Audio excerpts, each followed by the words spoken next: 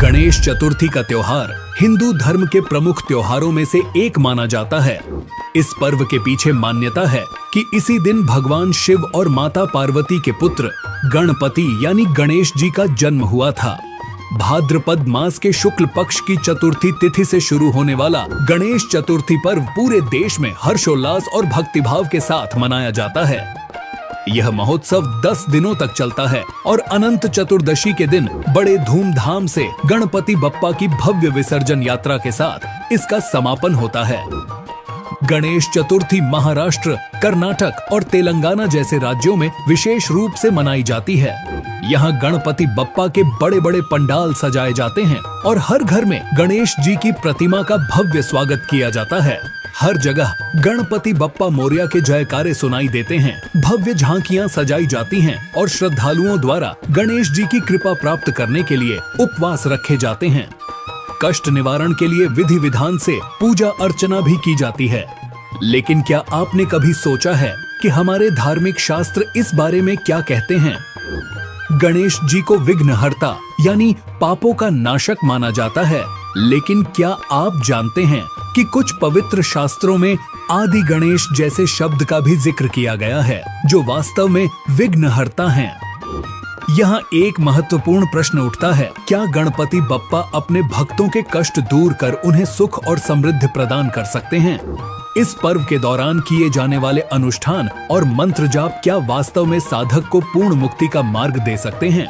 और क्या गणपति बप्पा मोरया जैसे जयकारों से ही गणेश जी प्रसन्न हो जाते हैं, या इसके पीछे कोई और रहस्य छिपा हुआ है? तो दोस्तों, गणेशोत्सव के इस स्पेशल एपिसोड में आप जानेंगे सिद्ध विनायक गणेश जी से जुड़े कुछ प्रमाणित रहस्यों के बारे में। साथ ही जानेंगे आदि गणेश के उन अनसुने रहस्यों के बारे में जो गणपति जी से भी बड़े और प्रथम पूजनीय हैं। क्या आदि गणेश और गणपति जी भिन्न भिन्न हैं? अगर हाँ, तो कैसे? सवाल नंबर 1, गणेश चतुर्थी का महापर्व जिसे हर साल बड़े धूमधाम और अटूट श्रद्धा के साथ मनाया जाता है, इसके पीछे का वास्तविक कारण क्या है? साथ ही यह पर्व 10 दिनों तक ही क्यों मनाया जाता है? क्या इस अवसर पर किए जाने वाले धार्मिक अनुष्ठान वास्तव में श्रद्धालुओं को सुख, समृद्धि और मोक्ष प्रदान कर सकते हैं? गणेश चतुर्थी, जिसे विनायक चतुर्थी के नाम से भी जाना जाता है, भगवान गणेश के जन्मदिन के रूप में बड़े धूमधाम से मनाई जाती है। पौराणिक कथाओं के अनुसार एक दिन देवी पार्वती ने स्नान करते समय मिट्टी और तेल से एक बालक की मूर्ति बनाई और उसमें अपनी शक्ति से प्राण डाल दिए। इस मूर्ति को अपने पुत्र के रूप में मानकर उन्होंने उसका नाम गणेश रखा और उसे द्वार पर पहरेदारी के लिए नियुक्त कर दिया। जब भगवान शिव वहां पहुंचे और अंदर जाने का प्रयत्न किया, तो गणेश जी शिव जी से अपरिचित होने के कारण उन्हें रोकने लगे, क्योंकि वे अपनी माता द्वारा दिए गए आदेश पर दृढ़ थे। इसके बाद शिव जी ने क्रोधित होकर गणेश का सिर काट दिया।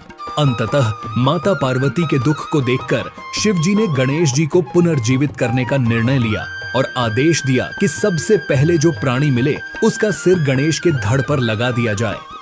सबसे पहले एक हाथी मिला और उसका सिर गणेश के धड़ पर लगा दिया गया, जिससे गणेश जी का पुनर्जन्म हुआ। इस उत्सव के पीछे यह मान्यता है कि गणेश चतुर्थी की शुरुआत महाराष्ट्र में पेशवाओं के शासनकाल के दौरान हुई थी, जब हिंदू समाज में एकता की आवश्यकता महसूस की गई। इस पर्व ने समाज को एकजुट किया और इसे बड़े उत्साह के साथ मनाया जाने लगा। एक अन्य मान्यता के अनुसार ऐसा भी माना जाता है कि इस महोत्सव की शुरुआत 1893 में लोकमान्य बाल गंगाधर तिलक ने महाराष्ट्र में की थी। यह वह समय था जब देश में आजादी की लड़ाई अपने चरम पर थी। इस चुनौतीपूर्ण दौर में महाराष्ट्र के पेशवा राज के दौरान बाल गंगाधर तिलक ने गणेश उत्सव को 10 दिनों तक मनाने की घोषणा की। इस आयोजन के माध्यम से लोगों को एकत्रित होने और समाज में जागरूकता फैलाने का एक सशक्त माध्यम मिला। चूंकि यह पर्व धार्मिक आयोजन के रूप में प्रस्तुत किया गया था, इसलिए अंग्रेजों ने इसका विरोध नहीं किया और इस प्रकार गणेश चतुर्थी के इस महोत्सव की शुरुआत हुई।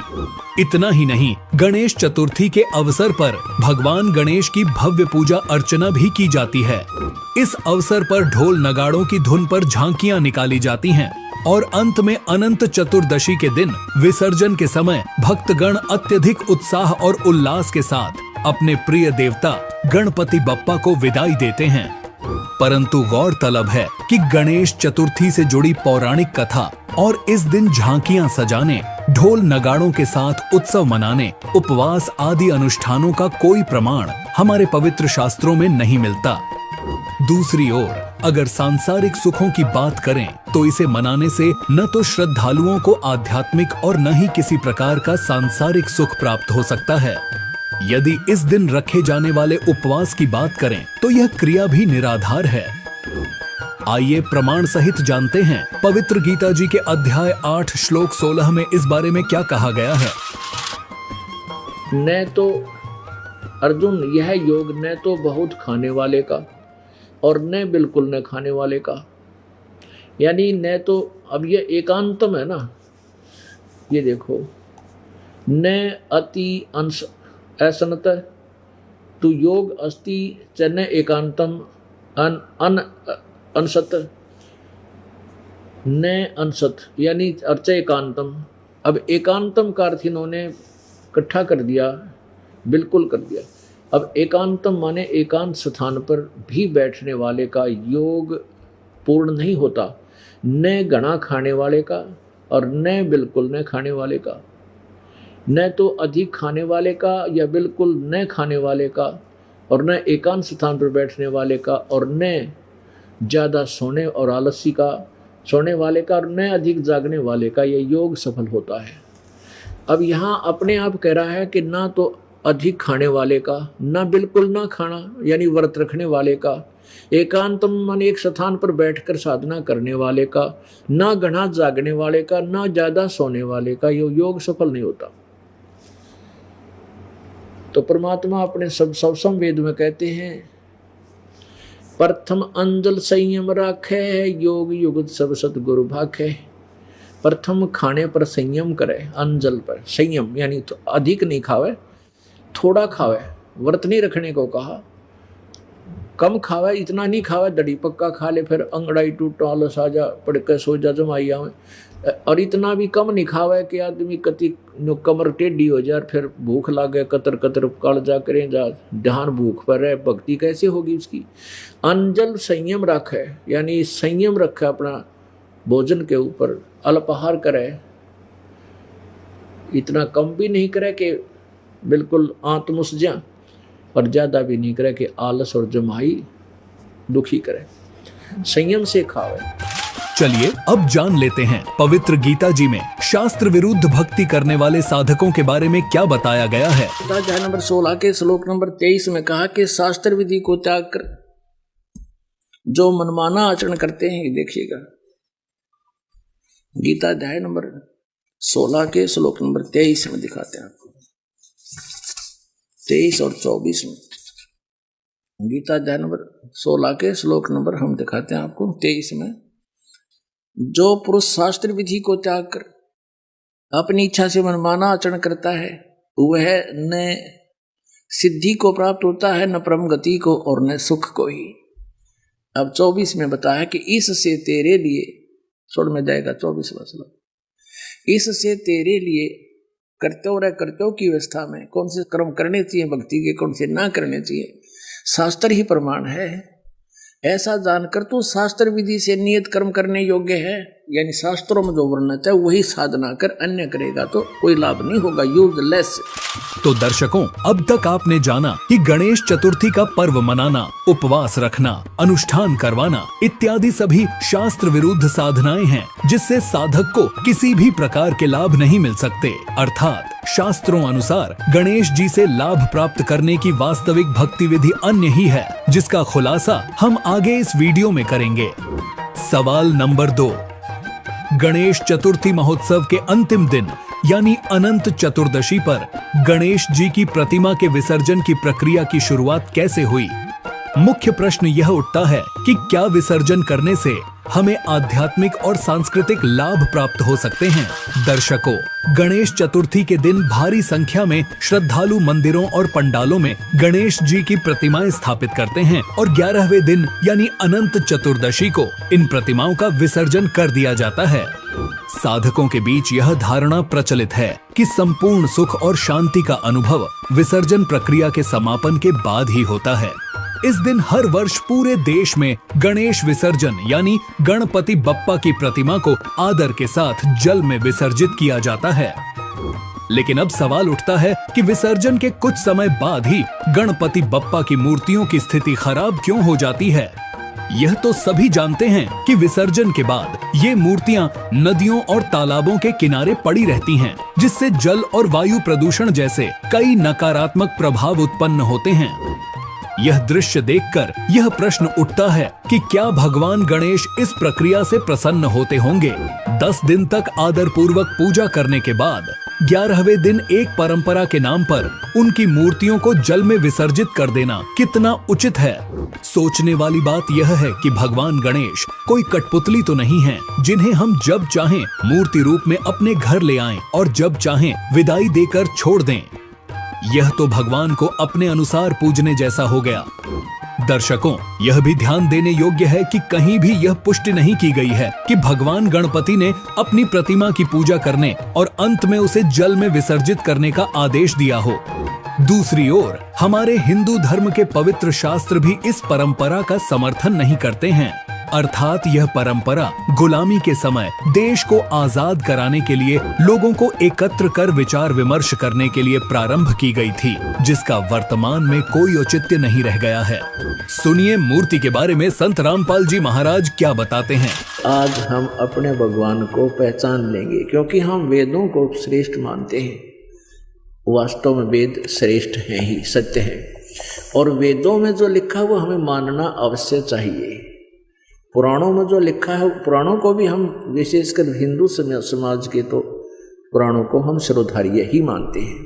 तो जो पुराणों में आज वर्णन है वो हमें आज भी मानना चाहिए। पहले हम नहीं समझ सके, हमारे को गलत गाइड कर दिया इन नकली संतों, ऋषियों ने, गुरुओं ने, ब्राह्मणों ने, तो हम अभी तक भ्रमित थे। अब हमें दिशा मिल गई, रोशनी, अंधेरे में हम भटक रहे थे, रोशनी हुई, सूर्य उदय हुआ इस तत्व ज्ञान का। इसकी रोशनी में अब हम सुमार्ग पर चलेंगे और चलना चाहिए। ये हमारा एक बुद्धिमान व्यक्ति का कर्तव्य होता है।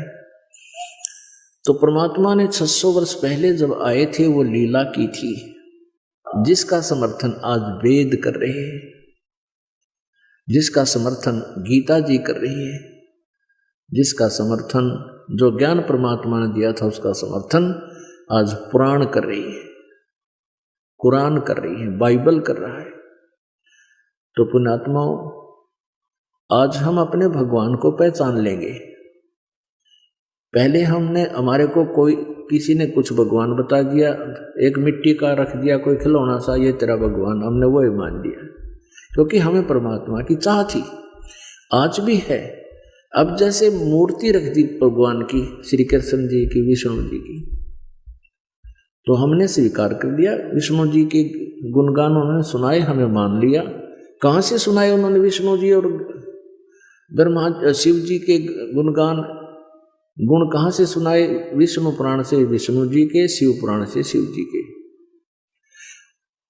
तो किसी ने बताया कि भगवान की मूर्ति है, इसी की पूजा से तेरा मोक्ष हो जाएगा, हमने वो भी शुरू कर दिया। तो ये भूल थी, ये गलत था।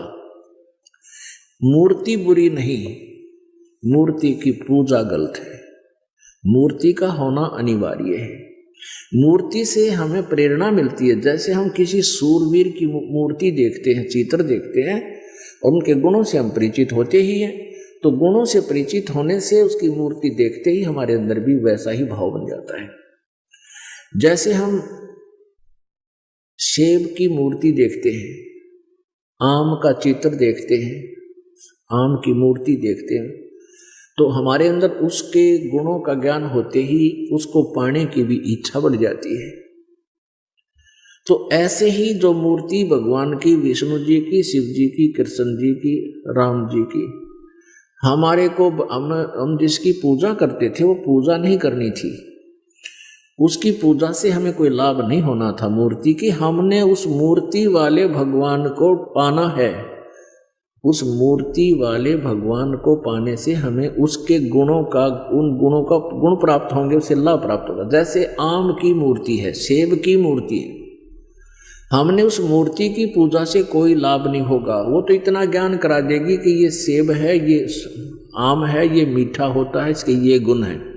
अब मूर्ति वाले सेब को ढूंढना पड़ेगा, ओरिजिनल को, तब हमारा पेट भरेगा। तो कबीर परमात्मा जी मूर्ति के विरोधी नहीं थे, मूर्ति पूजा के विरोधी थे।